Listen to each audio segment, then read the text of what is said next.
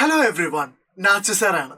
ഒരു ഇംഗ്ലീഷ് എക്സാമിന് വേണ്ടി നിങ്ങൾ പ്രിപ്പയർ ചെയ്ത് തുടങ്ങുമ്പോൾ അതിനെക്കുറിച്ച് ചിന്തിക്കുമ്പോൾ നിങ്ങളുടെ ആദ്യത്തെ കൺസേൺ, നിങ്ങളുടെ ആദ്യത്തെ ടെൻഷൻ എന്ന് പറയുന്നത് ഉറപ്പായിട്ടും ഗ്രാമറിനെ കുറിച്ചായിരിക്കും. ഏതൊക്കെ ഗ്രാമർ ടോപ്പിക്കുകൾ വരുന്നുണ്ട്, ഗ്രാമർ എനിക്കൊന്നും അറിഞ്ഞൂടാ, ഗ്രാമർ വന്നു കഴിഞ്ഞാൽ ഞാൻ പെടും, അതുകൊണ്ട് തന്നെ ഞാൻ പഠിച്ചിട്ട് ഒരു കാര്യമില്ല എന്ന് നിങ്ങൾ ആലോചിക്കുന്നുണ്ടെങ്കിൽ നിങ്ങളോട് എനിക്കൊരു കുഞ്ഞു കാര്യം പറയാനുണ്ട്. Focus on your chapters. നിങ്ങളുടെ പാഠഭാഗങ്ങളിൽ നിങ്ങൾക്ക് പഠിക്കാനുള്ള ചാപ്റ്റേഴ്സിൽ, അതിൻ്റെ ഡിസ്കോഴ്സുകളിൽ, അതിൻ്റെ ഫോർമാറ്റുകളിൽ ഫോക്കസ് ചെയ്യുക. എസ്പെഷ്യലി നിങ്ങളൊരു ഹയർ സെക്കൻഡറി സ്റ്റുഡൻ്റ് ആണെങ്കിൽ. കാരണം ഹയർ സെക്കൻഡറിയിൽ കമ്പാരിറ്റീവ്ലി ഗ്രാമർ വളരെ വളരെ കുറവാണ്. ഒരു 10 മാർക്കിനൊക്കെ മാക്സിമം ഗ്രാമർ ചോദിക്കും. അതിന് നമുക്ക് പഠിച്ച് എഴുതാൻ പറ്റുന്നത് ഒരു 5-6 മാർക്കിനൊക്കെ ഉണ്ടാവുള്ളൂ. ബാക്കി നിങ്ങളുടെ ലോജിക്കാണ്, ബാക്കി നിങ്ങളുടെ എക്സ്പീരിയൻസ് ആണ്, ബാക്കി നിങ്ങളുടെ കോംപ്രിഹെൻഷൻ ആണ്. അതെങ്ങനെയാണ് എന്ന് ഞാൻ വളരെ സിമ്പിൾ ആയിട്ടൊന്ന് കാണിച്ചു തരാം. ആക്ച്വലി ഇന്ന് വൈകുന്നേരം 7 മണിയുടെ ലൈവിൽ നമ്മൾ ഈ പറയുന്ന ഗ്രാമർ ടോപ്പിക്കുകൾ ഉൾപ്പെടെ എല്ലാ ഡിസ്കോഴ്സുകളും പഠിക്കുന്നുണ്ട്.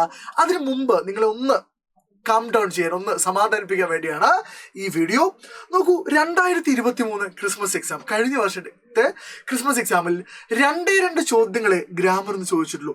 Yes, you heard me right, 2 ചോദ്യങ്ങൾ. ഒന്ന് ഒരു ഫ്രേസൽ വെർബ് ക്വസ്റ്റൻ ആണ്. ഇത് വീഡിയോ പോസ് ചെയ്ത് വെച്ചാൽ നിങ്ങൾക്ക് ആൻസർ ചെയ്യാൻ പറ്റുന്ന ഒരു ചോദ്യമാണ് എന്ന് എനിക്ക് ഉറപ്പാണ്.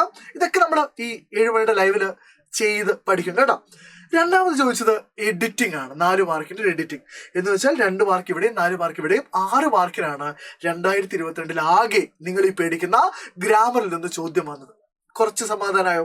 ഇനി വാ, 2022 3 ചോദ്യങ്ങളാണ് ഗ്രാമർ ചോദിച്ചത്. 3 ചോദ്യങ്ങൾ.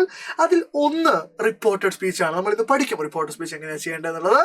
2 പാസീവ് വോയിസ് ആണ്. സോ ഇതൊന്ന് ഓർമ്മിച്ച് വെക്കുക. പാസീവ് വോയിസ് ചോദ്യം വരാറുണ്ട്, റിപ്പോർട്ടഡ് സ്പീച്ച് ചോദ്യം വരാറുണ്ട്.